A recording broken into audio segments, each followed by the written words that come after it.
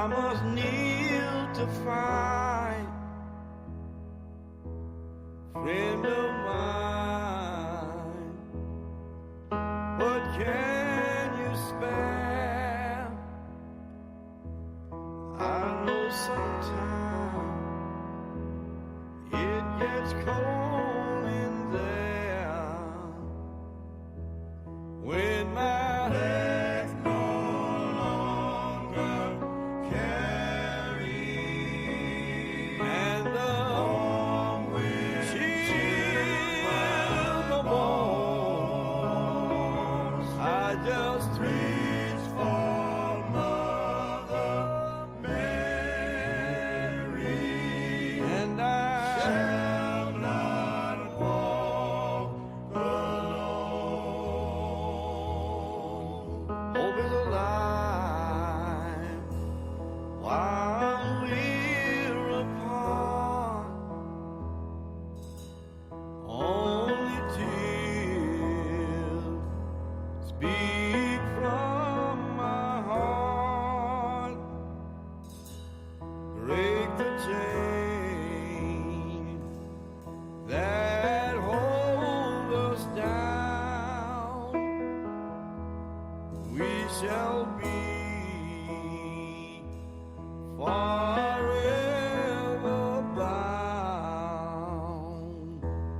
And when I'm tired, weary, and alone, away from home, I just reach for Mother Mary, and I shall not walk alone. Oh, yeah.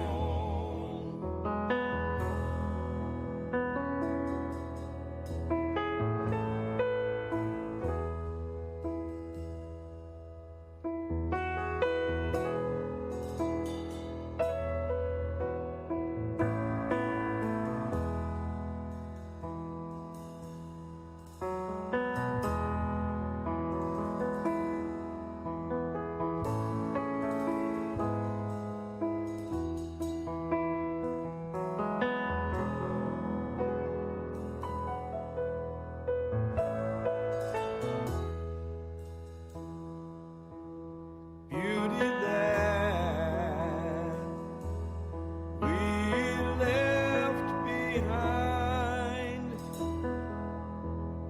how shall we forever find?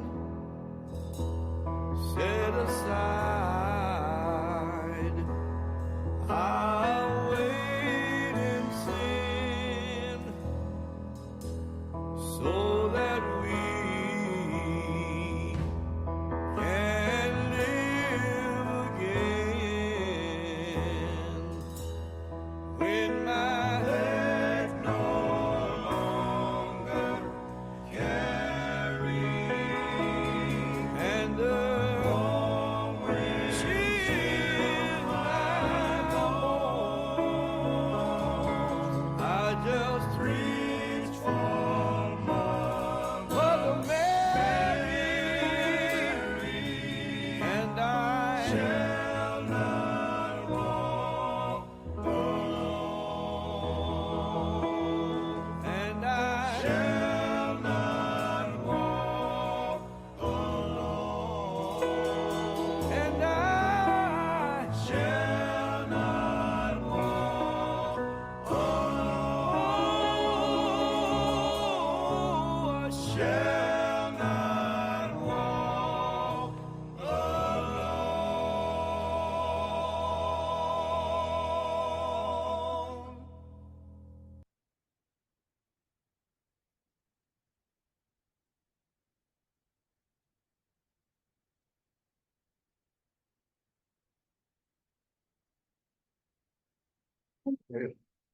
All right, everyone, welcome to Medicine Buddha. Practice tonight, the first of this Gregorian calendar year.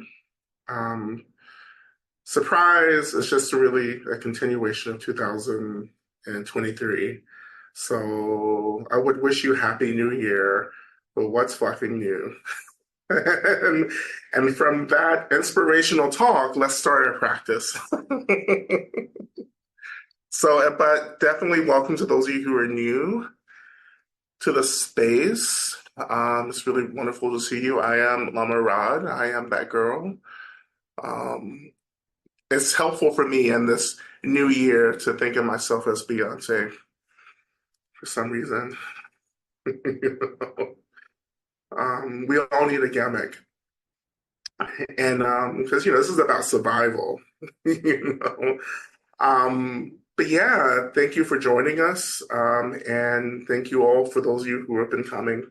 Thank you again for joining as well.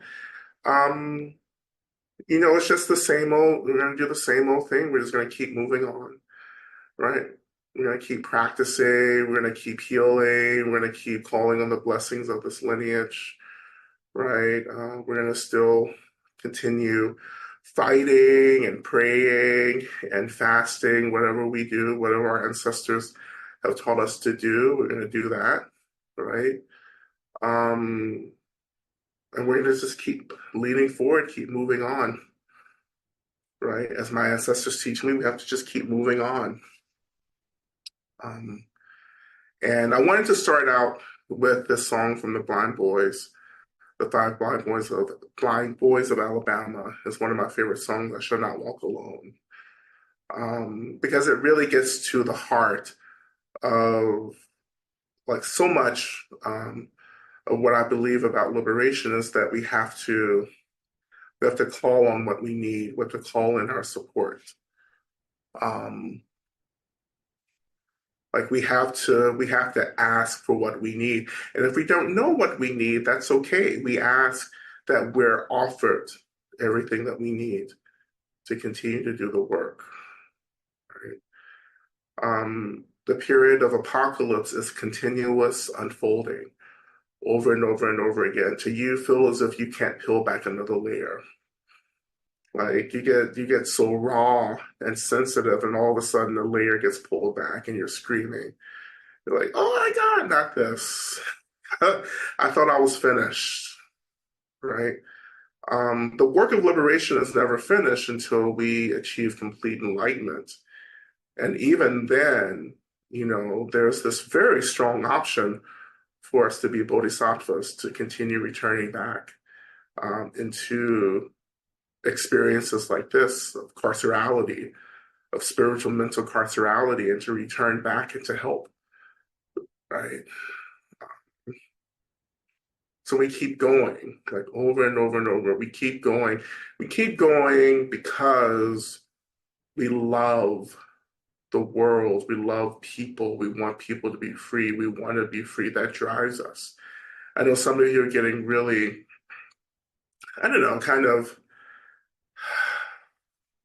critical or whatever it is. Like you're kind of like asking yourself what the point is, I guess. Right. And the point is always to get free and to help others to get free. There's no other point. Why do I keep helping? Because I want people to be free. Because there were beings who helped me to get free. Right. And this is what is owed. Right. When someone offers you something, you should feel the very heavy obligation to figure out how to offer back to others what's been offered to you. Right. Cycles are disrupted, right? And liberation struggles, particularly, are disrupted when people forget that there are others who need to get free in the same way that you've been taught to get free. And this is what should drive our work: deep compassion or awakened care, right? That deep awakened care drawing in the streams of compassion and love and joy, right? You can't forget the joy, right? Even in the depth of intense struggle, there's always joy, And joy doesn't have to have a reason.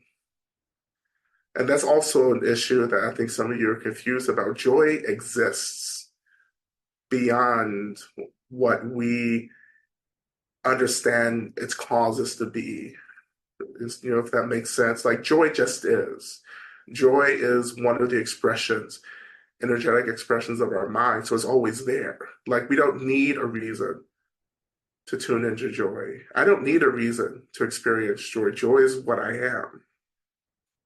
And I remember this especially in times when things are the hardest, right? Again, this doesn't have to make sense. None of this makes sense, right? You have to get out of this whole thing, this carceral logic that keeps us spinning deeper into this delusion.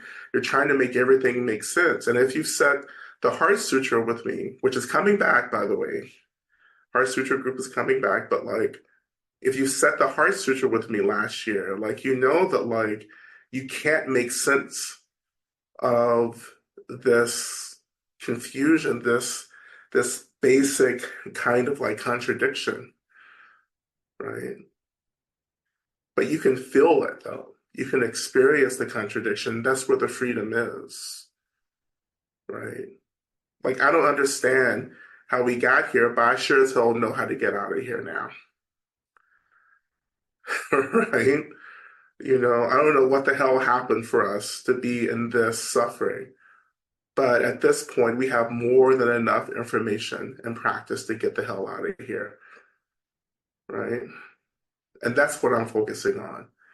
I know how to get out of here, and I am getting out of here, right? And not only that, I'm helping others to get out of here, right? So as we start this, whole new year of practice, here's the question, what are you doing? What are you calling in? What are you believing? What are you spending so much energy trying to make sense of when in fact it's just a distraction that keeps you further and further away from getting free? You know?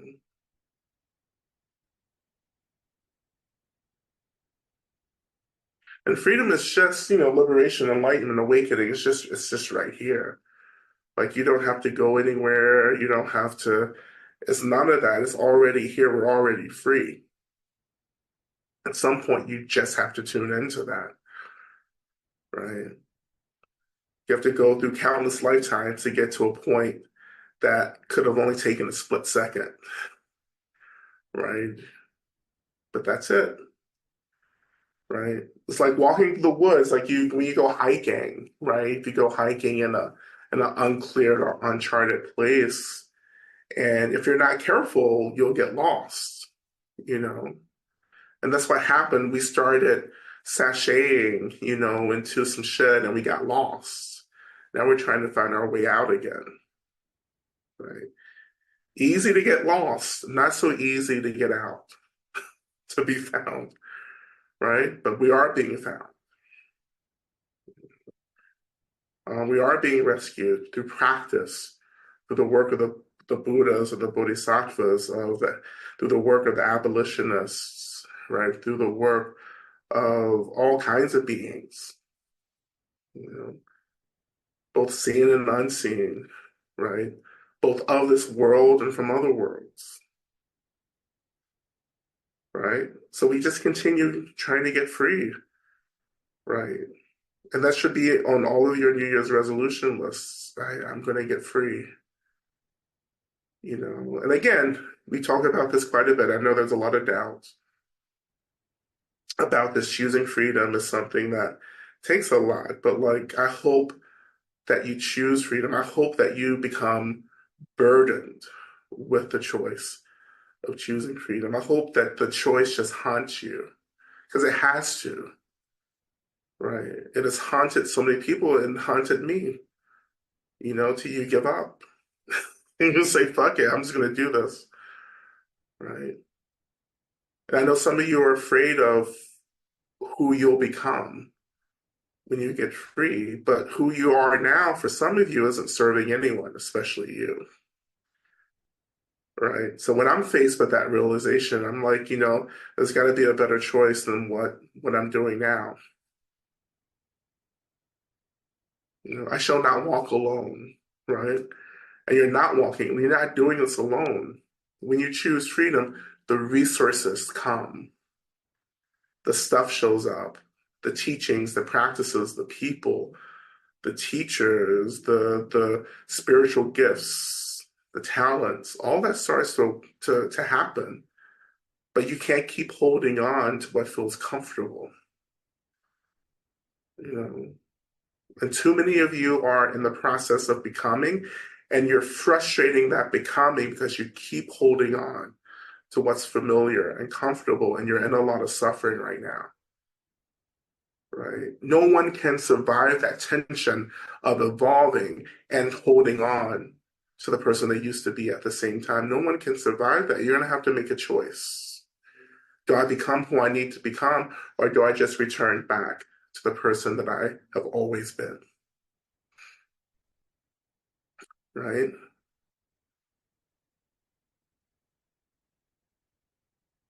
And that's healing, right? I When I choose to be healed, I am choosing to let go of like self-identifying with the pain and the suffering and the despair and the trauma, right? That's not who I am. It's not what I am. And I'm not a who. None of us are a who. We're what. We are what. We are experiences. Like we are arisings within emptiness, space, and luminosity. You know, there is an intelligent suchness to who we are, to what we are. That's what we are. Right? That's where you're heading back to. That deep remembrance that this chaos isn't what I am. Right?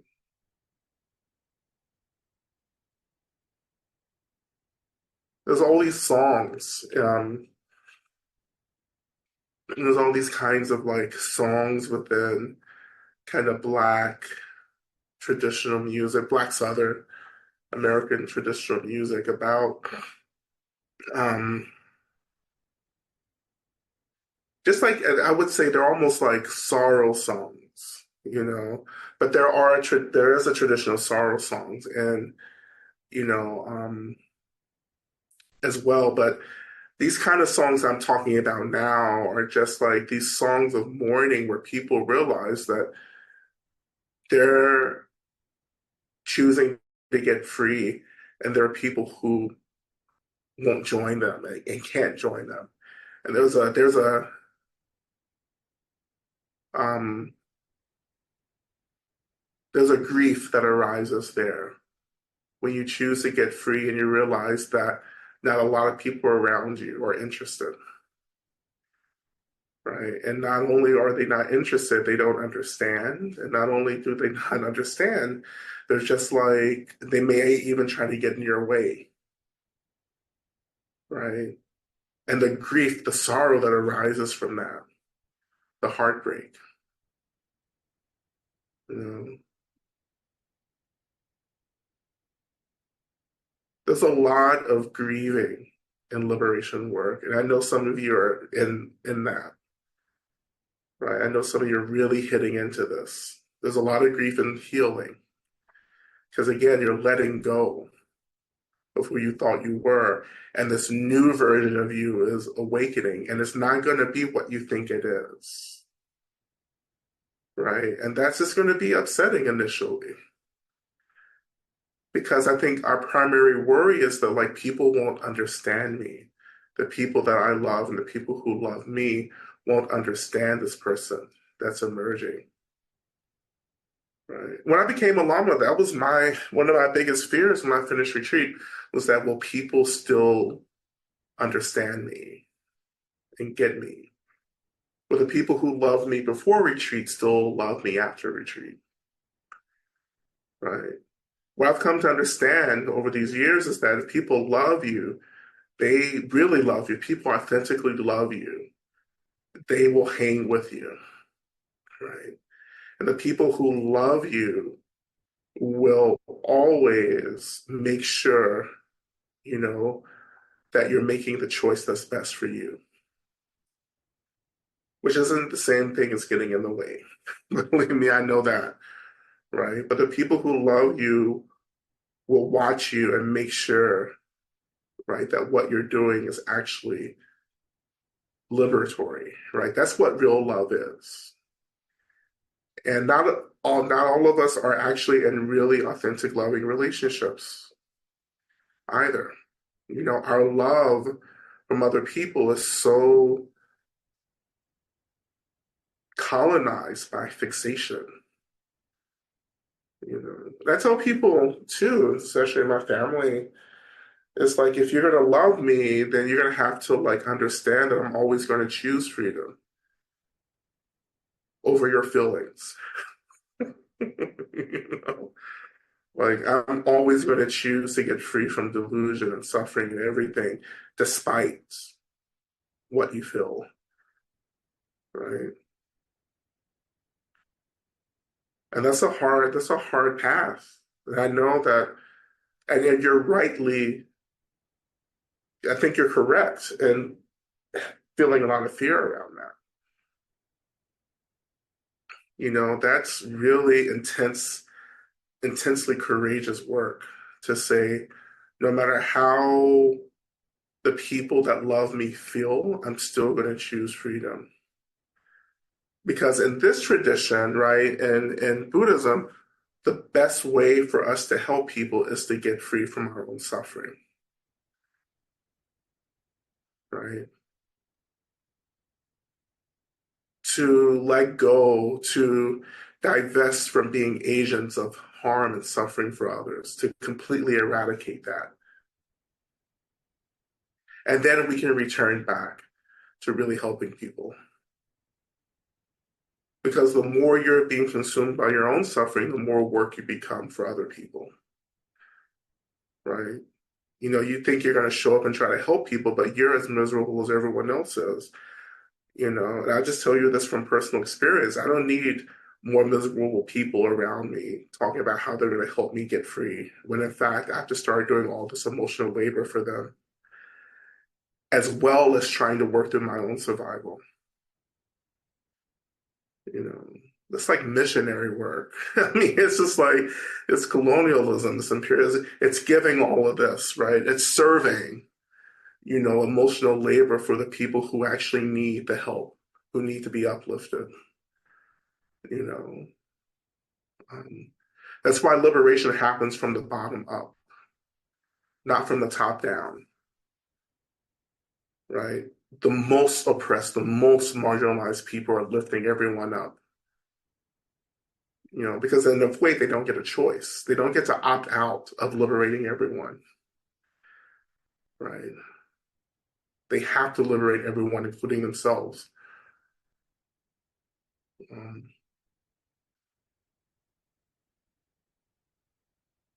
and just when I thought I didn't have a motivational talk in me tonight, and look what comes out. A cheerful New Year's, motivational Dharma talk, which is the same Dharma talk I give every talk that I give these days, which is get your shit together, you know, clean it up, get it together, pack it up, you know, like let's start doing this. We have to be serious now. There's no more games, no more, let's just do this. Let's get free, right? Let's stop talking about it. Let's stop thinking about it. Let's stop writing about it. Let's stop having fantasies about it. And just let's start doing it. Let's do it. Let's embody this. Let's see what happens. You know, um, because you thinking about freedom and actually doing freedom are two different things, right? One of these things is easily manipulated through our imagination. The other thing is not so easily manipulated because shit is as it is, right? Right. I can't reimagine the shit that I have to get free from, you know? Like I just have to like confront it. I have to respond to it. And I have to do the work of changing and evolving, right? That's labor. That's physical labor. That's emotional labor. That's mental labor. That's spiritual labor. It's exhausting labor. right? This is why so many of us just like sit around and fantasize about it. You know? There's so many people talking about freedom, don't even know what the first experience of freedom is. You know, so let's get free. Let's move in. Let's move into this. Let's get free. You know, let's start calling on Medicine Buddha. Right, here's my little Medicine Buddha statue. Um,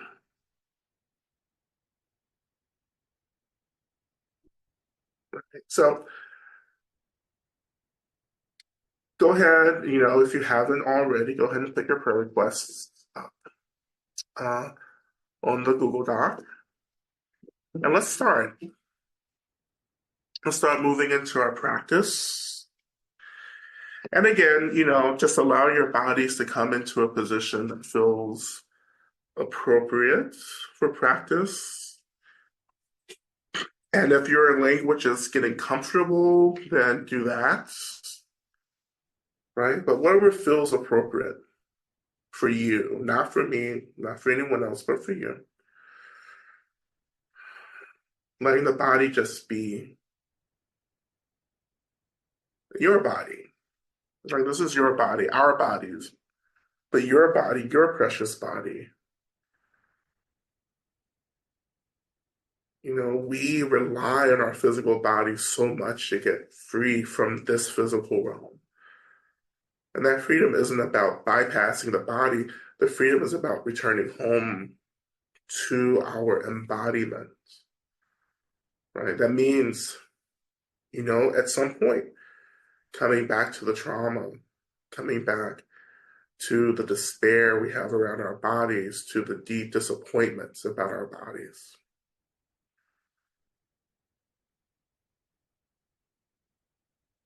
Returning back to the body.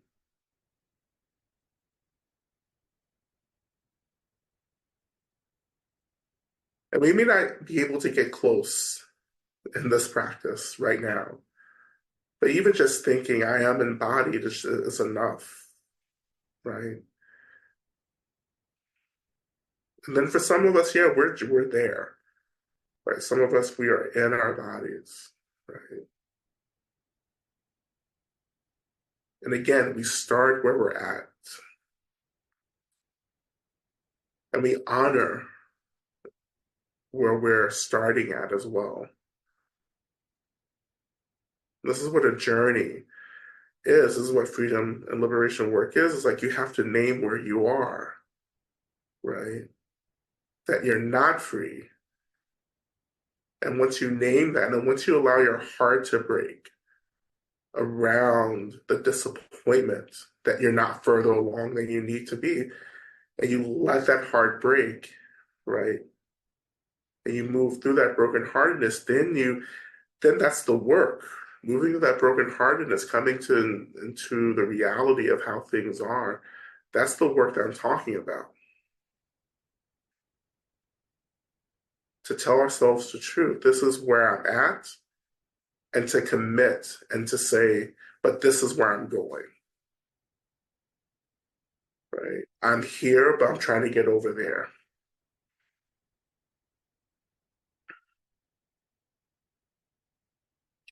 And then just reflecting on your aspirations for practice. And we're practicing to get free and to get others free. And even more profoundly, we're practicing to get everything free. We're freeing people, we're freeing ourselves, but we're freeing the phenomenal world from our misunderstanding of it. And the misunderstanding is thinking that everything is so real, and it's not.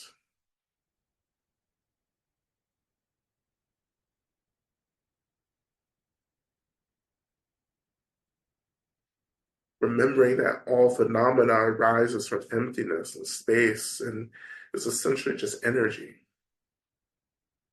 When we remember that, that's when we start taking care of the phenomenal world.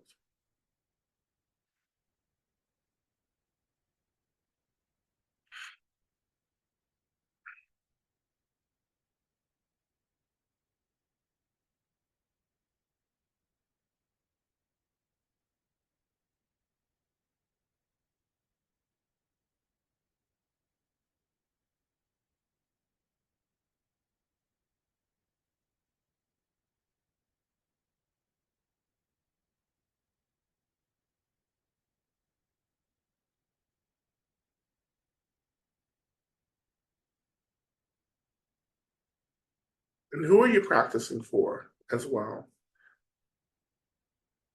Who's your heart breaking for in this moment? Who's struggling to be well? Who's struggling to get access to the resources that they need to be well and happy and safe? Who's struggling through genocide and famine and, and political authoritarianism?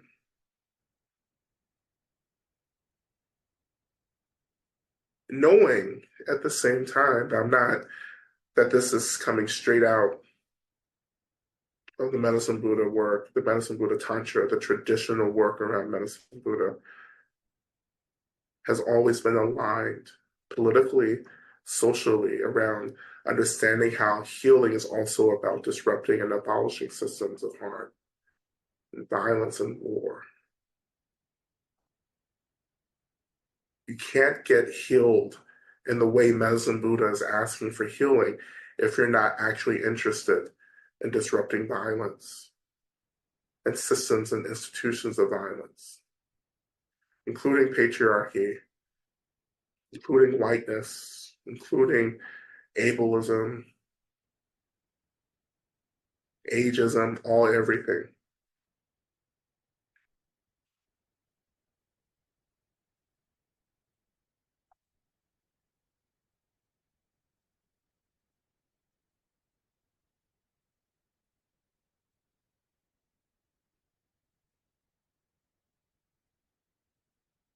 When you're talking about healing, again, you're talking about freedom, both socially as well as ultimately.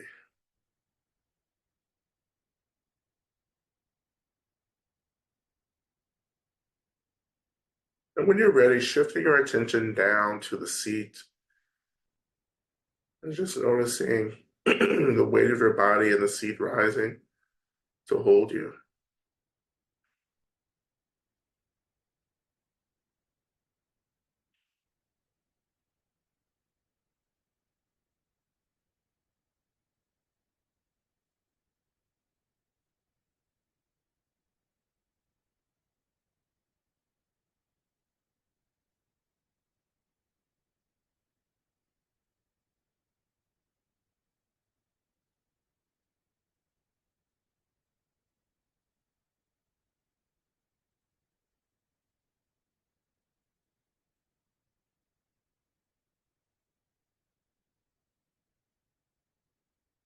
When you're ready, shifting your attention to the space around you.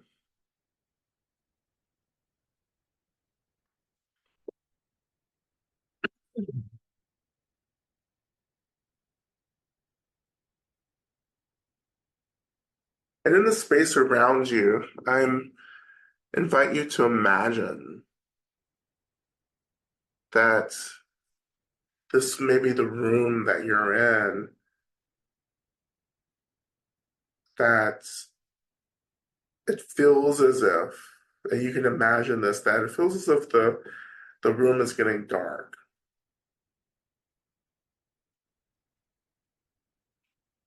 The room gets dimmer and dimmer until it feels as if you're in darkness.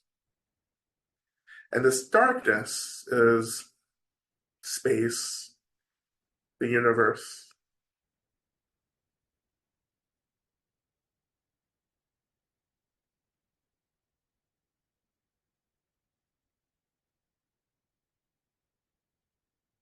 And you're just kind of in this space, in this darkness.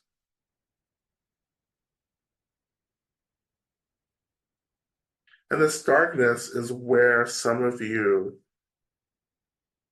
kind of are. I would say most people, right, in the world. This kind of darkness where nothing is perceived, that there feels like there's just like nothing there. Our senses, our sense faculties, and everything seems to be not tuning into anything, so it feels really bewildering, confusing.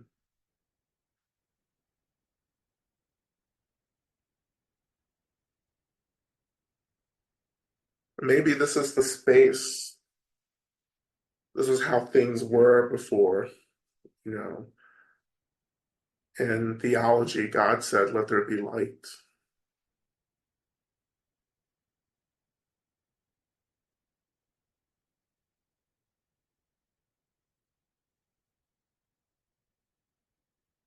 But since in Tantric Buddhism, we are the center of our own universe,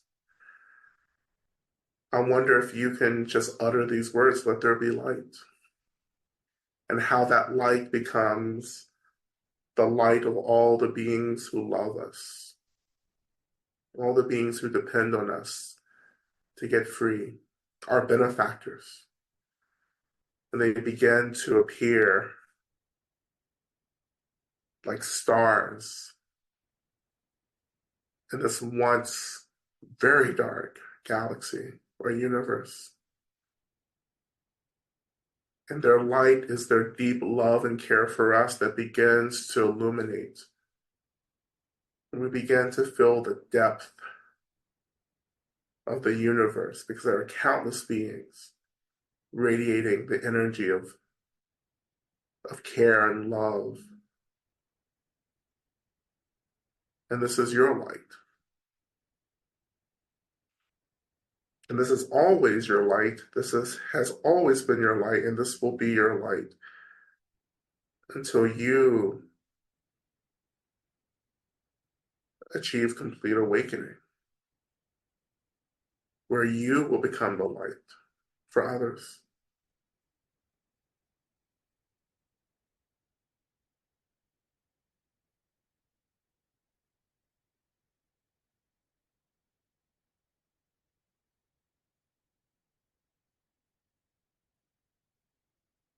And that's just as the space around you in this universe begins to be so deeply and warmly illuminated.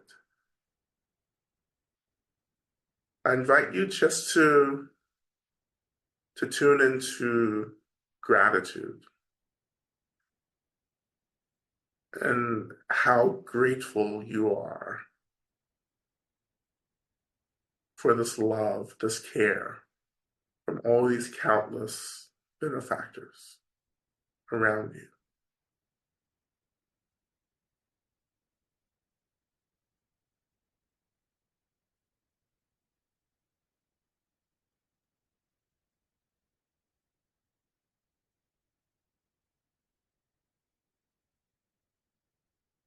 Offer yourself permission to be grateful.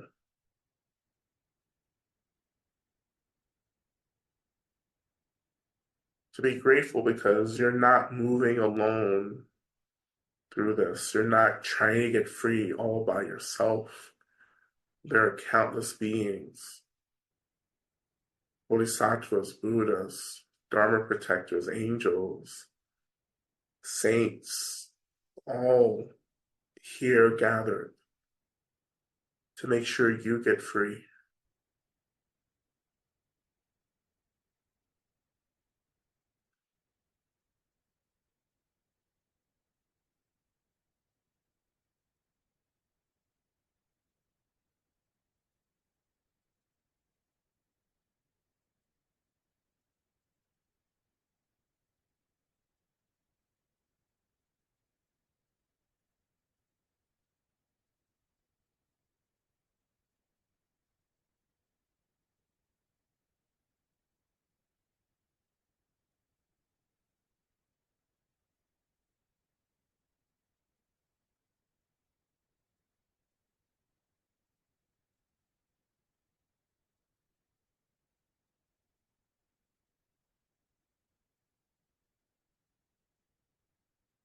And this experience of gratitude, it opens us.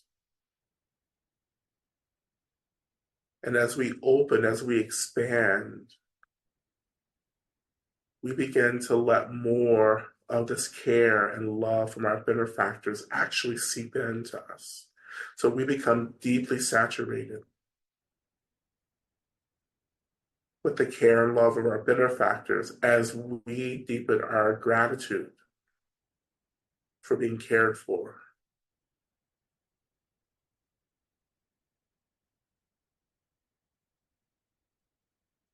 And you may feel this experience lifting you. And it's okay to physically kind of like lift if that's what this practice is calling for you to do.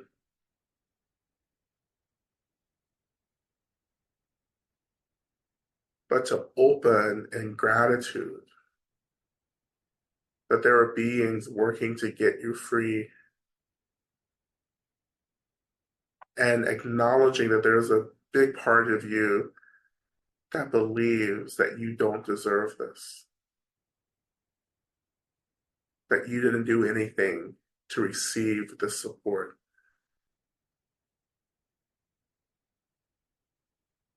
And this isn't about deserving anything or having the merit for anything. That's not what love is. Love is just wanting everyone, everything to be free and safe and happy, regardless of who you think you are and what you've done. Every being is already free. So when you're receiving this energy from others, from other benefactors, it's just reminding you that you're already free. You deserve this because you're already a Buddha. And that our essential labor is actually remembering what we are. And of course, that means we have to start divesting in how we've self-identified with all the shit that gets in the way of our divinity, all the chaos and the trauma and the despair and the guilt and the shame and the deep insecurities and the desires and the lust, all of that.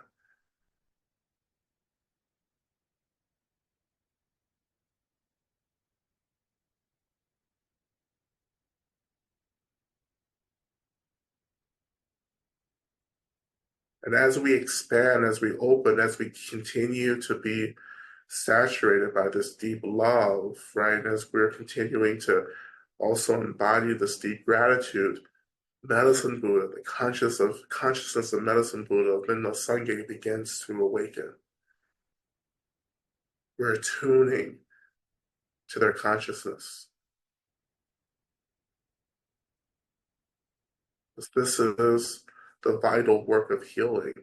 And when you do this work, you call in all the Buddhas, all the beings who are about healing and getting free, which is all beings. All enlightened beings are about this work and helping others to do it. So turning our attention to the opening mantra, Minna Sangye Ki no Soha, Medicine Buddha, please think of me as an opening mantra to further attune our practice into the awakened consciousness of Medicine Buddha. And we begin with chanting Om, and then chanting the mantra 3 times, and then ending with Om.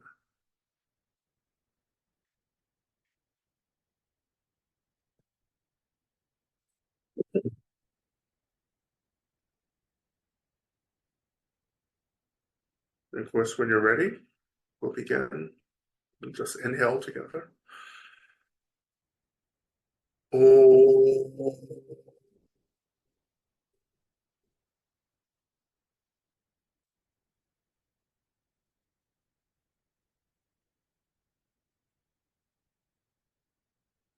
Om La Sangye Ki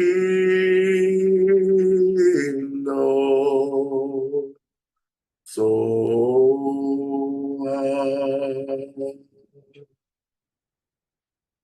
Om La Sangye Ki no So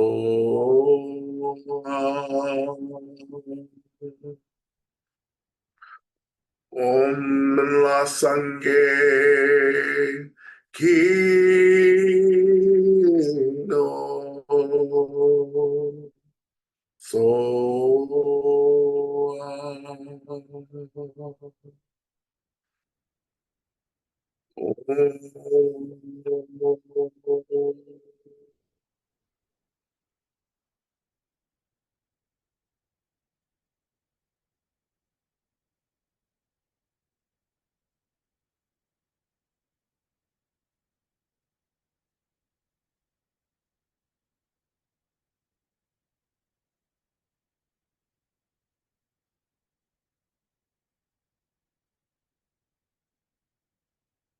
And within the space in front of you, and again, you can imagine this, or you can just have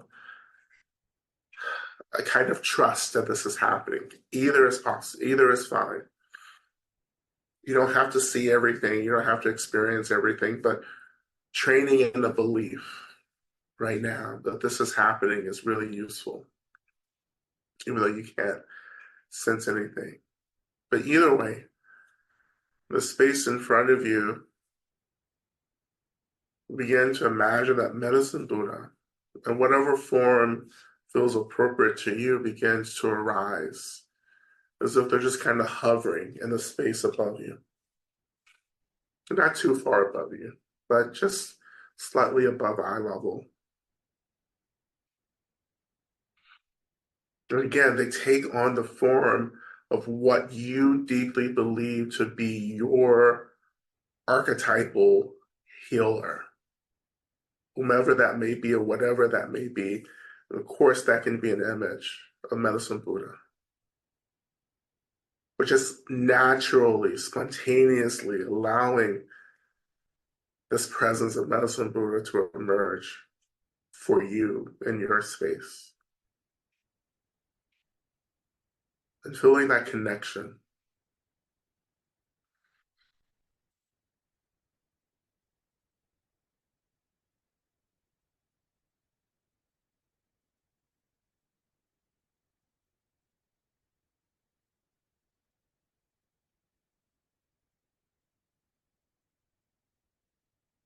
And we can imagine that Medicine Buddha also begins to radiate their deep love and care for us. And we're overwhelmed by that offering.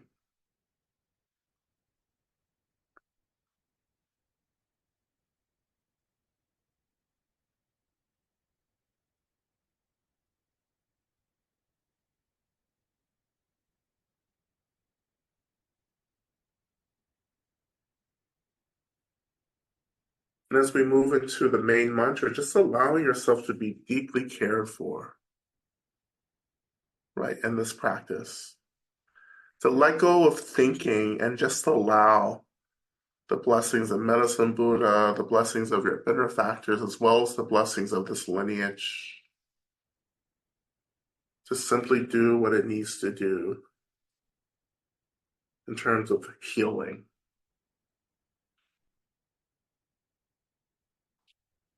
So we return to our main mantra, Tea Taum Baconze, Baconze, Maha Baconze, Rasa Sumongate So.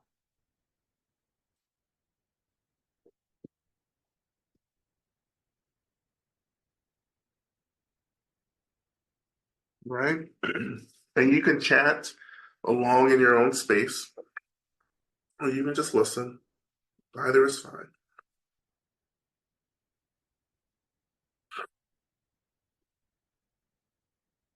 And we'll begin. O te ata begenze, begenze, ma begenze, rasa sumunga te soa. Te ata begenze, begenze, ma begenze, rasa sumunga te soa. Te aram begenze, begenze, ma begenze, rasa sumunga te soa. Te aram begenze, begenze, ma begenze, rasa sumunga te soa.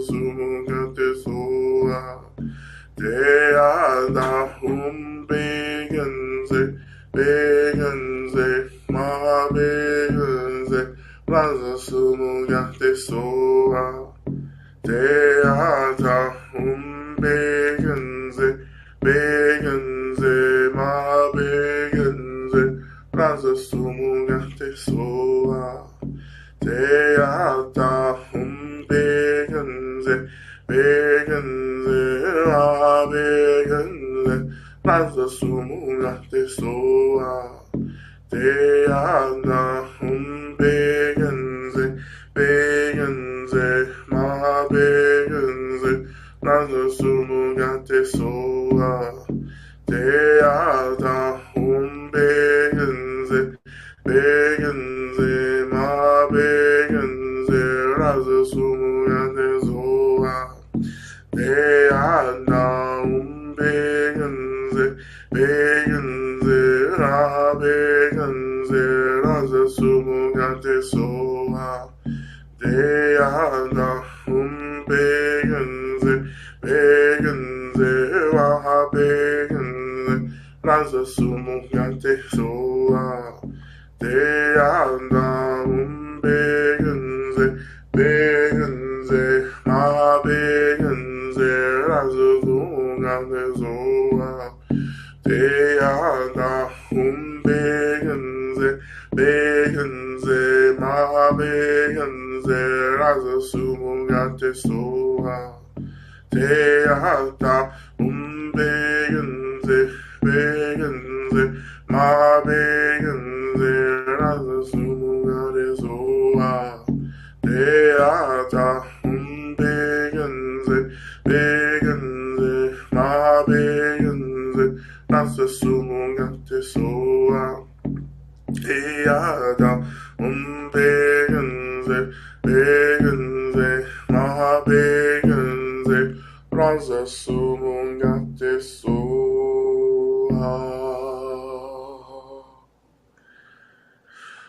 I'm just turning my attention to our prayer requests to offer those as well. And again, we invite all the Buddhas, Bodhisattvas, Dharma protectors, Yidams, all beings of light, all the spirits and protectors of all the elements, including the earth, all of our benevolent ancestors, all of our descendants, and all beings into the space who are about freedom and liberation and love and care. We invite all of you to gather as we offer these prayers, and we ask that you act on our behalf to bring about the fruition of these prayers along with the blessings of Medicine Buddha, to bring about the alleviation of suffering that we are praying for our beloveds, and the alleviation of suffering for ourselves. And we especially offer up all the unspoken prayers in this offering as well. We're offering prayers for my resilience and for the energy to overcome loneliness. We're offering prayers for all those suffering in Gaza, for the Palestinian diasporic community, prayers for my family navigating and family members' mental health challenges, that we may listen to one another and give one another grace during this difficult time. Offering prayers for continued healing of body, mind, and spirit. I find the support I need to heal my relationship with food and with my body. Offering prayers for those suffering from the criminal justice system in our country. May all those incarcerated be held with compassion, be safe, and be comforted. Offering prayers for 2004. May we see humanity turn toward the light, to find the courage and wisdom to turn away from the reactivity and harm and embrace kindness, patience, and compassion. Offering prayers for all who have lost their lives through violence in Israel and Gaza. May our practice help them release the trauma of their violent deaths. Offering prayers for our mother, Taryn, that she may find deeper loving connections. Offering prayers for all those incarcerated in psychiatric institutions. May they know that they are loved, protected, cared for, and blessed. May they keep hope. May they be safe and protected. May they be free as soon as possible. Offering prayers for my partner, Valerie, in hopes that her heart continues healing. Offering prayers for self-compassion and open-heartedness in a time of much learning, awareness, grief, and heartbreak. Offering prayers for Abby, Greg, and Don so they may find comfort and healing. Prayers for Palestinians and the leaders and people of the world to stop genocide. Prayers for me and my new job and new home. Offering prayers for Penny, my Yaya, who's preparing to drop her body and leave this incarnation. Offering prayers for myself that I may continue to get clear around what I need to do to get free and access to the strength, resources, and support to move closer towards it this year. Offering prayers for my sister, may she be guided toward liberation and love. Offering prayers for my dear friend who recently lost her job. May great blessings come to her. Offering prayers for my beloveds, prayers that we see liberation in this and all future lifetimes, prayers that we remember the land, prayers that we may be able to connect and heal, prayers for Lucky and Rami. Offering prayers for my partner Brian, may he allow himself easeful rest and healing during the time of sickness, that he may feel held by all of our benevolent ancestors in their generous wisdom and resilience, that he may honor and hear his sickness and all its wisdom. Offering prayers that my heart receive what it needs to bloom in radiance. Offering prayers that my family commit to truly loving each other, which includes learning to take accountability.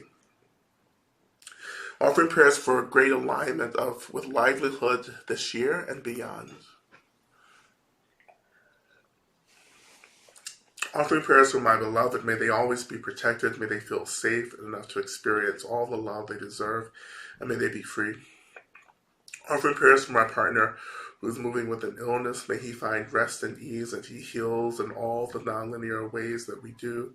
To my friend who is struggling hard, may she feel the love of her community and the collective power we have to move within our grief.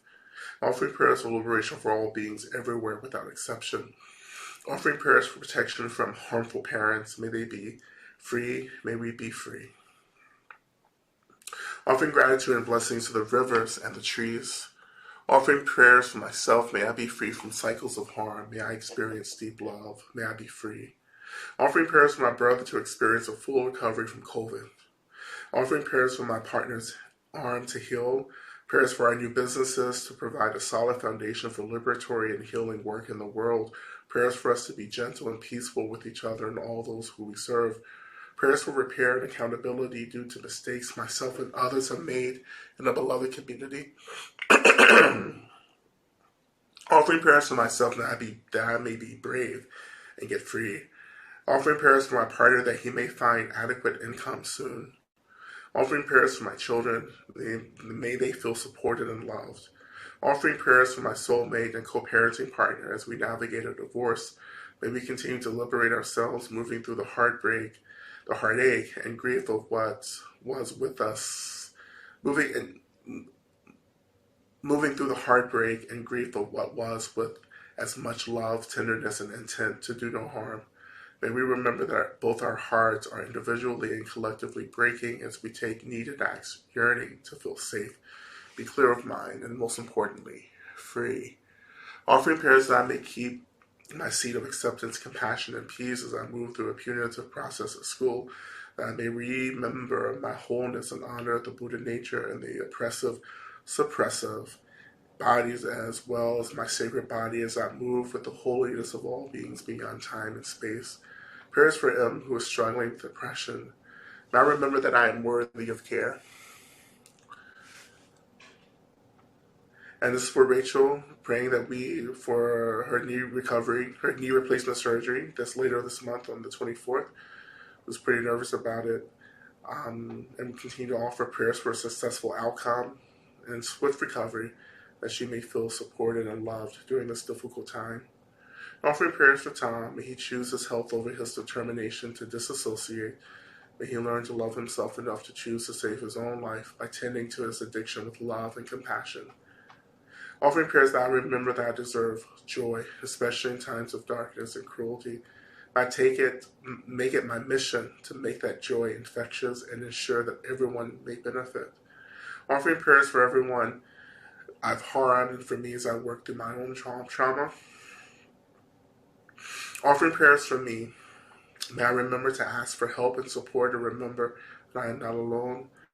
May I remember to want to be here and trust that even when it's not right, it's okay.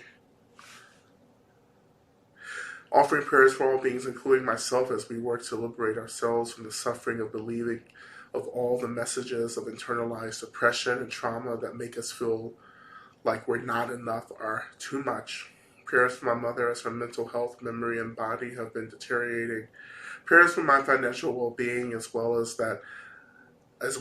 as all that I'm navigating during this transitional period that I'm in. I enter into my 50th year in 2 weeks with a new sense of wellness that I may enjoy this later part of my life, so I may have more to offer and train to become a good elder and ancestor.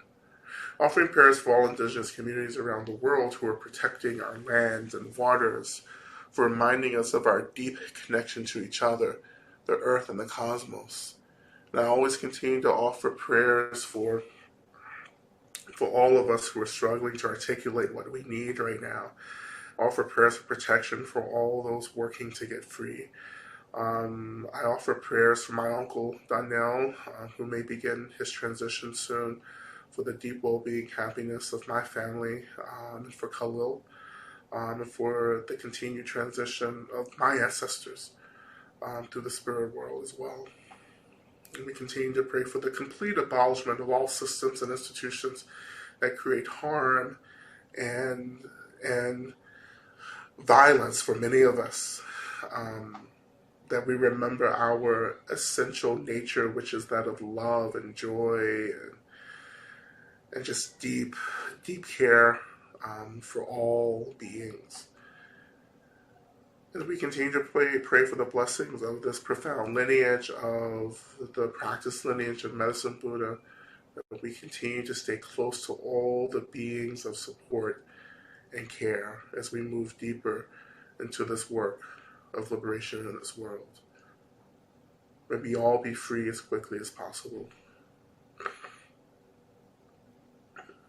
And turning our attention back into the practice, we release these prayers into the world, trusting this profound lineage of Medicine Buddha and all the beings we've asked to hold these prayers to work on our behalf, to bring about the fruition of these prayers. And as we begin to practice again, imagining that this light that's surrounding us from Medicine Buddha, from all of our benefactors, begins to radiate specifically into places in the world, into communities, into lands, into the lives of individuals that really need this blessing. And letting this light just flood into the world to eradicate, to consume the darkness of delusion, of hate and apathy.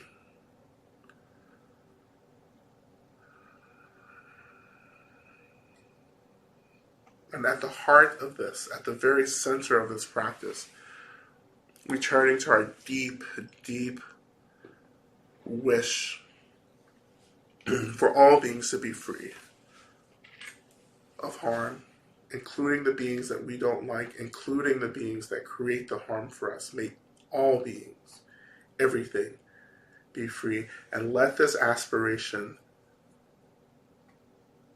fuel and energize this healing for the world. We begin with the mantra again. O te ata begenze, begenze, maha begenze, rasa sumonga te soa. Te ana begenze, begenze, a begenze, rasa sumonga te soa. Te ata begenze, begenze, ma begenze, rasa sumonga te soa. Te ata begenze, begenze, ma begenze, rasa sumonga te soa. Te ata begenze, begenze, ma begenze, rasa sumonga te soa.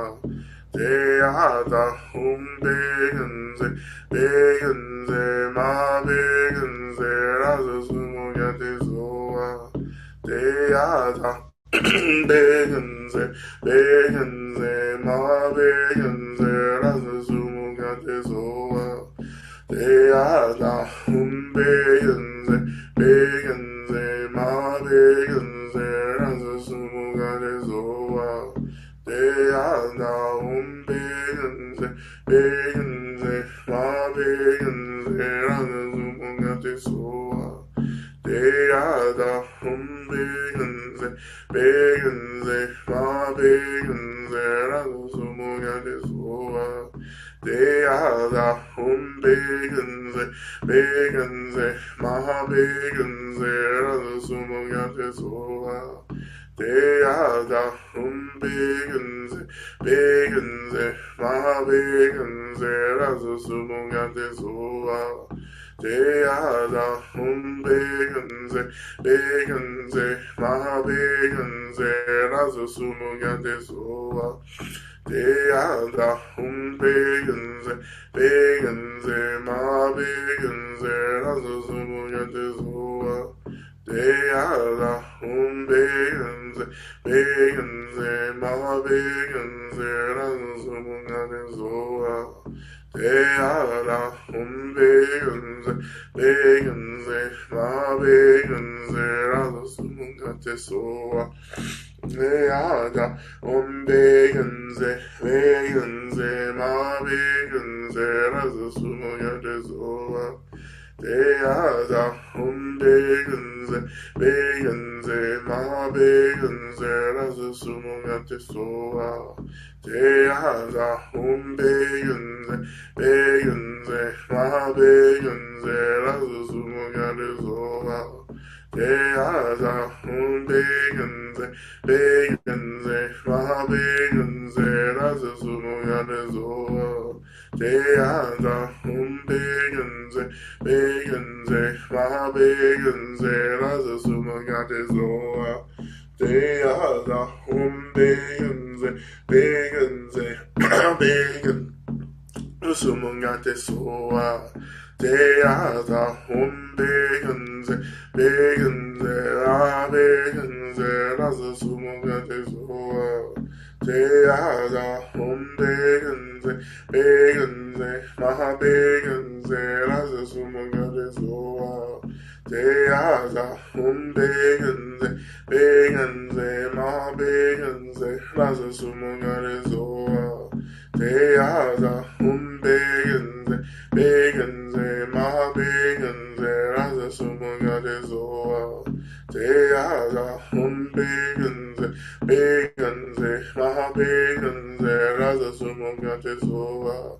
Deada begenze, begenze, ma begenze, razo sumungate soa. Deada begenze, begenze, ma begenze, razo sumungate soa. Deada begenze, begenze, ma begenze, razo sumungate soa. Deada begenze, begenze, ma begenze, razo sumungate soa. Deada begenze, begenze, ma begenze, razo sumungate soa. Deada begenze, begenze, ma begenze, razo sumungate soa. Deada begenze, begenze, ma begenze, razo sumungate soa. Deada begenze, begenze, ma begenze, razo sumungate soa. Deada begenze, begenze, ma begenze, razo sumungate soa. Deada begenze, begenze, ma begenze, razo sumungate soa. Deada begenze, begenze, ma begenze, razo sumungate soa. Deada begenze, begenze, ma begenze, razo sumungate soa. Deada begenze, begenze, ma begenze, razo sumungate soa. Deada begenze, begenze, ma begenze, razo sumungate soa. Deada begenze, begenze, ma begenze, razo sumungate soa.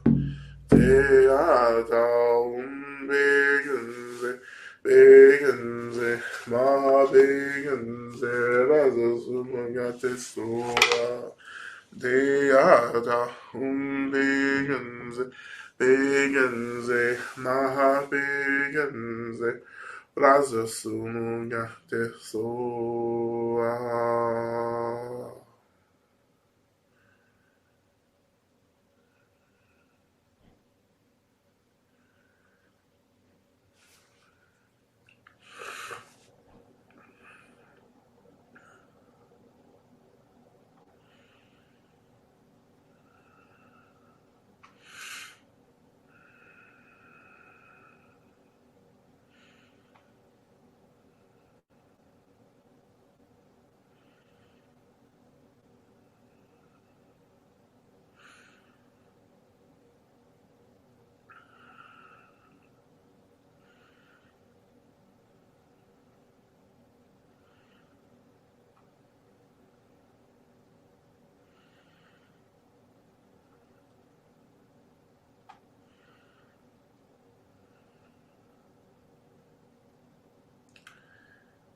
And so returning your attention just back to the space in front of you.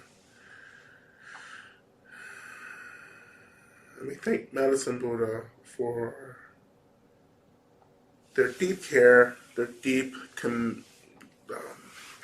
concern and dedication to the liberation of all beings. And Medicine Buddha accepts this deep gratitude and begins to dissolve into white light, and we imagine that that white light is absorbed into our heart centers. And we thank all of our benefactors, all of these stars shining bright like diamonds in the sky around us. We thank them for their deep care and love.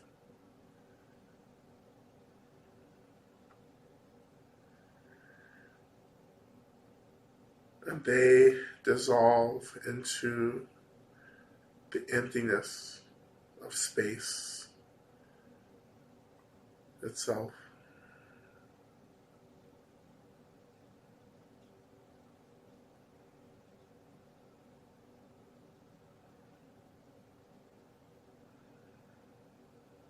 And we sit just for a moment, resting our minds, letting our awareness mingle with the emptiness of space itself. As we connect to maybe one more second with what it feels like to be free in this body, in this world.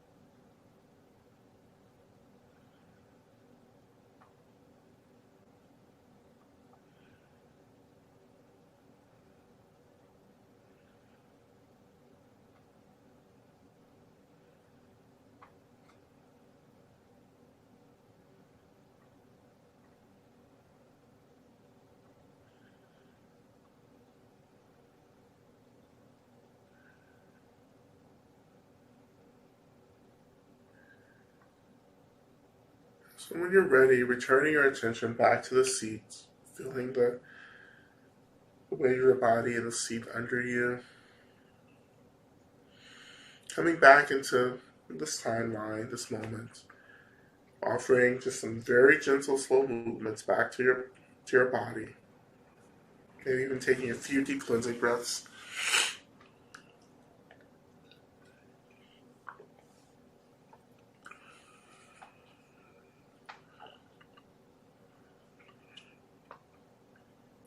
Then we'll just turn our attention now to Shantideva's prayer, which you'll find in the chat box. We'll recite this 3 times.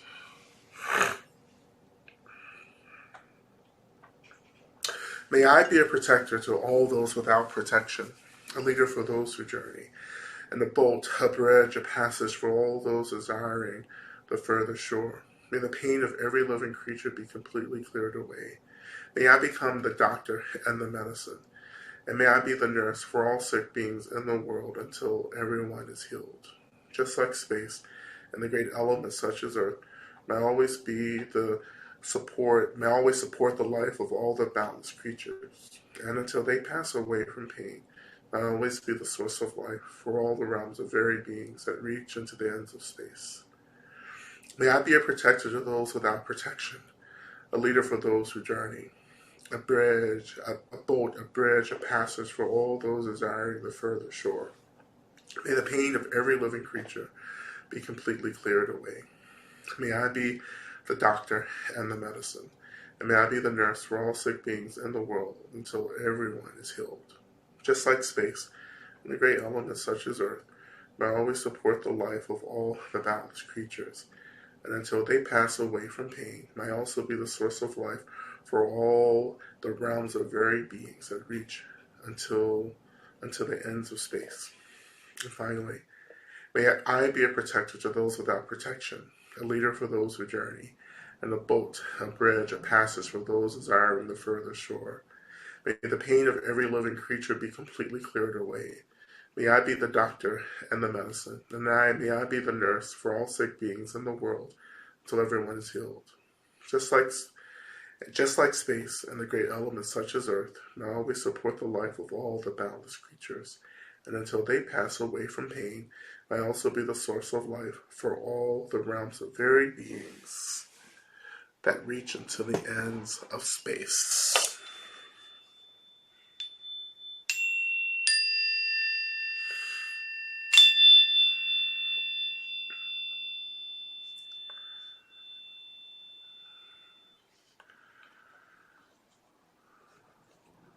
All right. Thank you, everyone. It's been wonderful. And maybe I'll take one question since we're a little past time. Or always past time. But what I see, Alina, you want to do it? You have to, let me see if I can unmute you. You should be able to unmute yourself. There you go. Oh, you almost had it.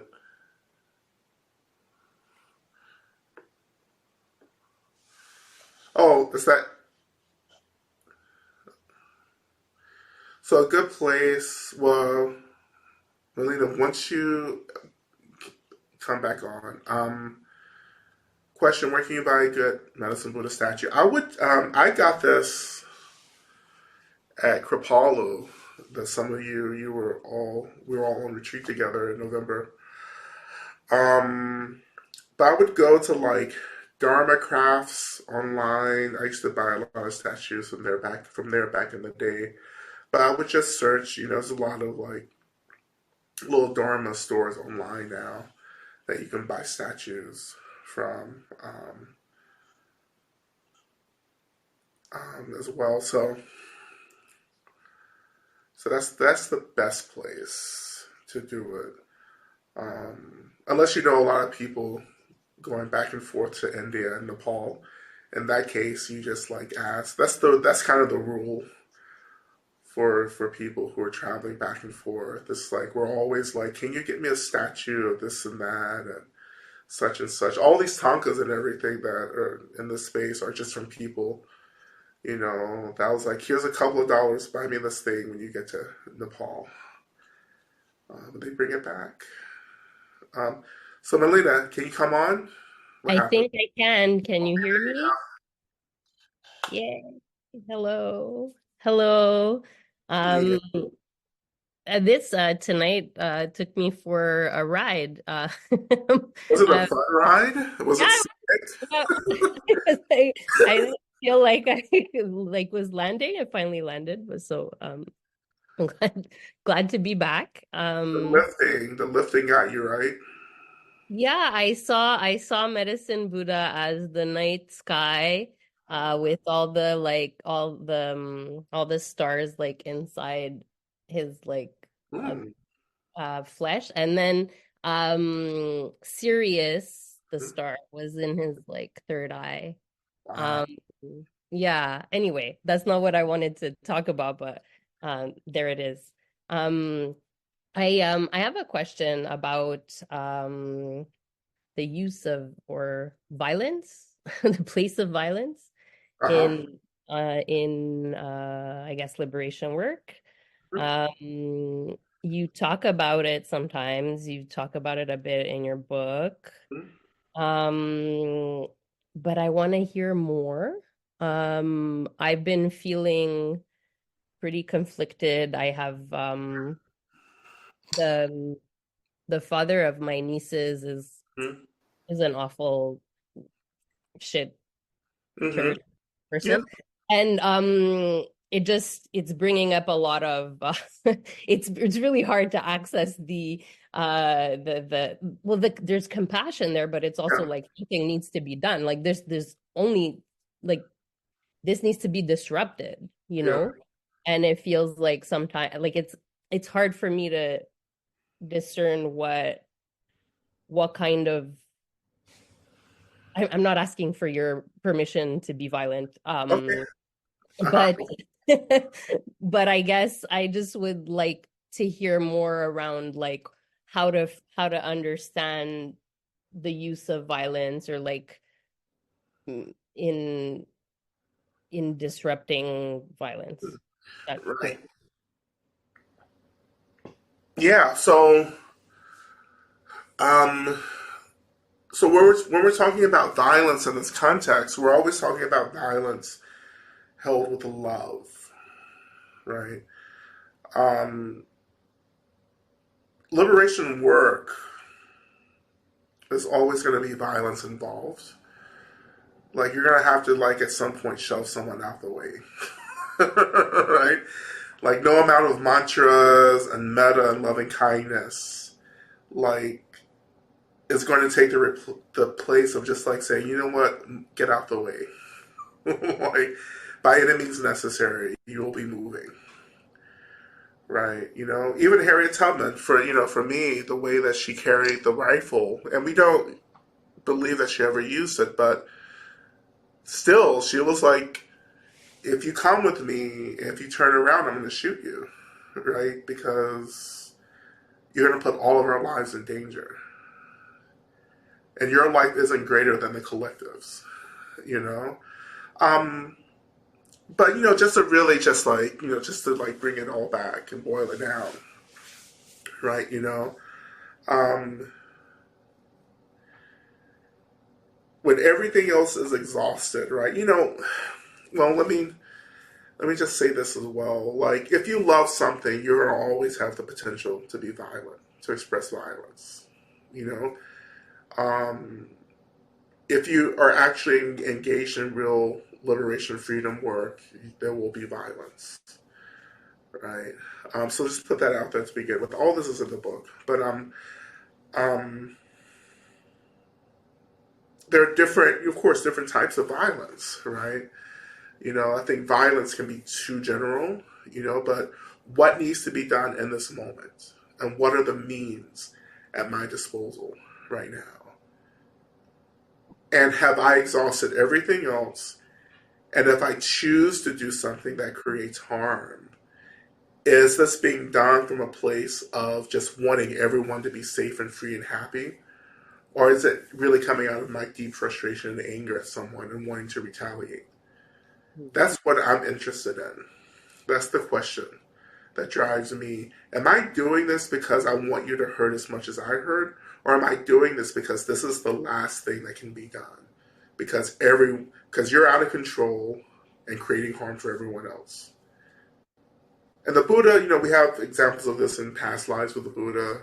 The Jakarta tells, these stories about just like his past lives, and one of which was, I talk about this in the book too. This life where he felt like he had to, to off someone because he knew that they were going to actually create a lot of harm, very soon, right? So he did it out of compassion. Like the compassion was saying, I'm going to disrupt you from creating more negative karma by creating harm for others, right? And I'm going to save other people from your actions at the same time. So it was compassion for both victim and perpetrator and engaging in this action. And it should hurt.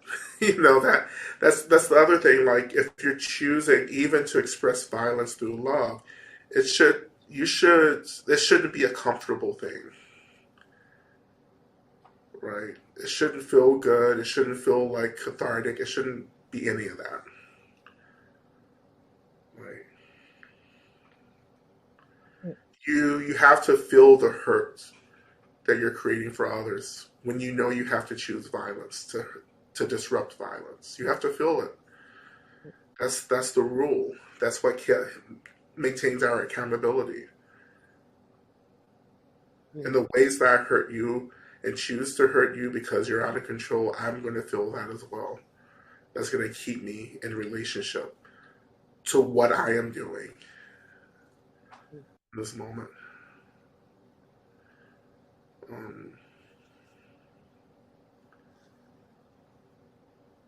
So given, I don't know any more details about the situation, right, with this person, that's just in general what we're trying to understand when we choose, Yeah. Thank you. Yeah. That makes a lot of sense. Yeah, we have a tendency, I think so much of what's happening with this current genocide with Palestinians, I want to be specific, particularly about Dharma teachers, you know, um, is that so many teachers haven't actually done the work of understanding violence and Dharma, you know, and therefore, like, I know many of you, I keep getting these messages from people. This is why this is coming up. Like, people are so disappointed, in a lot of Dharma teachers because they're not saying or doing anything, you know. And I'm not the I'm not the representative and the spokesperson for all the Dharma teachers in the world, but I can only say from the conversations I've had with friends and colleagues in this is that a lot of folks have no idea what to say. They haven't done this like work around liberation and violence before and really understanding, the role of violence in getting free. If the Buddha did it, more than likely we're going to have to do it. you know, um, you know. But no oppressed people gets free through just prayers. And that's why Harriet Tubman joined the Civil War. That's why she became a soldier and a general. She was like, this is not gonna just like end because I want it to end. Like we're gonna have to get dirty. You know, we have to fight. Um, but to know that like it's easy for us to label people's liberation struggle as terrorism as well, and that's dominant culture shit. You know, it's also gaslighting when you tell people it's like, why are you struggling so hard? Like you don't have to do that. Like indeed you do. You know, it would be wonderful if people just realized, oh, I'm standing in the way of people's freedom, liberation, and resources. I'm just going to move out the way. That just doesn't happen. Sometimes you have to just shove people out the way. Sometimes people need to get cussing out to get the point. You know. You're fucking confused. Let me unwrap this confusion for you. Let me tell you what's up. You know, that's the wrath, right? The compassion, the fierceness, right? That's work. Like that's the work that some of us are really afraid of. It's like when you have to get down to it and say, you know what, fuck you. You know, yeah, yeah. Enough of this, like, oh, thoughts and prayers. You know, that's just it's not appropriate. You know, thoughts and prayers all day long, but where's the action? Like, what are you doing? Right? Anyway, that's it. I didn't want to keep going on and on about it, but I hope that's helpful. Yeah, thanks so much, Omar. Uh, you have to evolve. Like, you have to evolve, right? You have to. So much of tantric Buddhism, and some of I've talked a lot about this. Tantric Buddhism is about meeting energy with energy. Like, if the energy is fierce, you meet it with fierceness. You know, if someone's coming for you, wanting to take your life, then more than likely you're not going to stand there and do loving kindness practice for them. You know, or you're not just going to sit with it and hope that like they're not. If someone's coming for them, I'm going to come for them. Period. And that's called self-defense. Right? I love myself enough to defend myself against violence. Right? My passivity has nothing to do with my holiness or my divinity, which is what oppressed people are told over and over again. If you're just passive, then that's the closest thing you can get to holiness, and that makes you morally right. You know, that's also going to erase you, right, as well. You know, and it's January is almost MLK, Dr. King's birthday again. I know that like everyone's going to start weaponizing Dr. King again. You don't really understand Dr. King, first of all. You know, yeah, he's like, oh, you know, Dr. King was nonviolent. Dr. King wasn't actually nonviolent. He knew how to use violence to get shit done, right? He knew how to take violence and broadcast it to manipulate people into empathy, right? He was a mastermind of violence. I don't know. We have to get rid of this whole nonviolent shit. You know, the civil rights movement was very violent, right? It was violent against black bodies.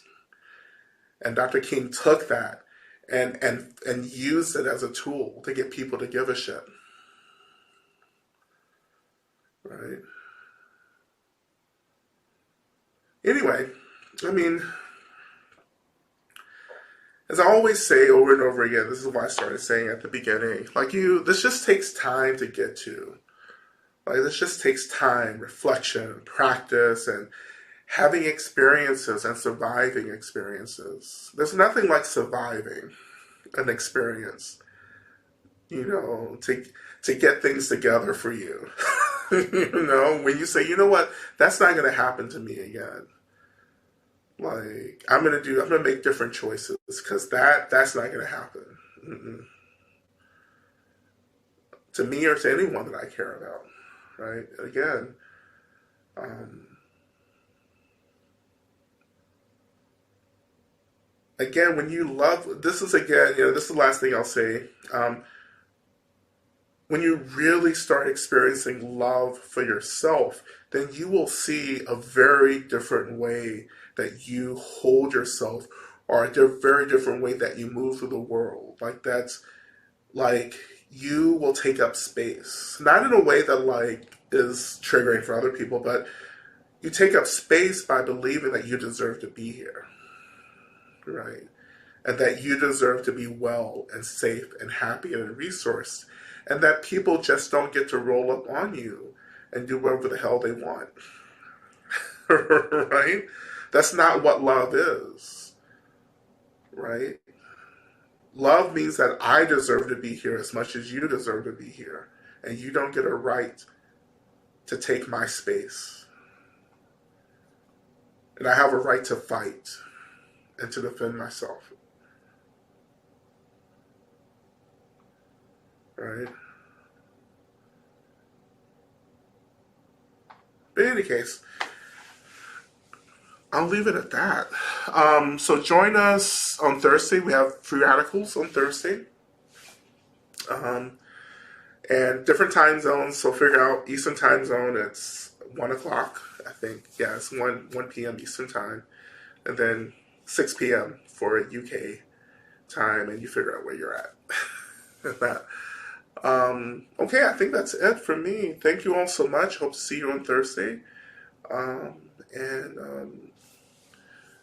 And I hope you have everything that you need, right? A fierce way to start. That's right.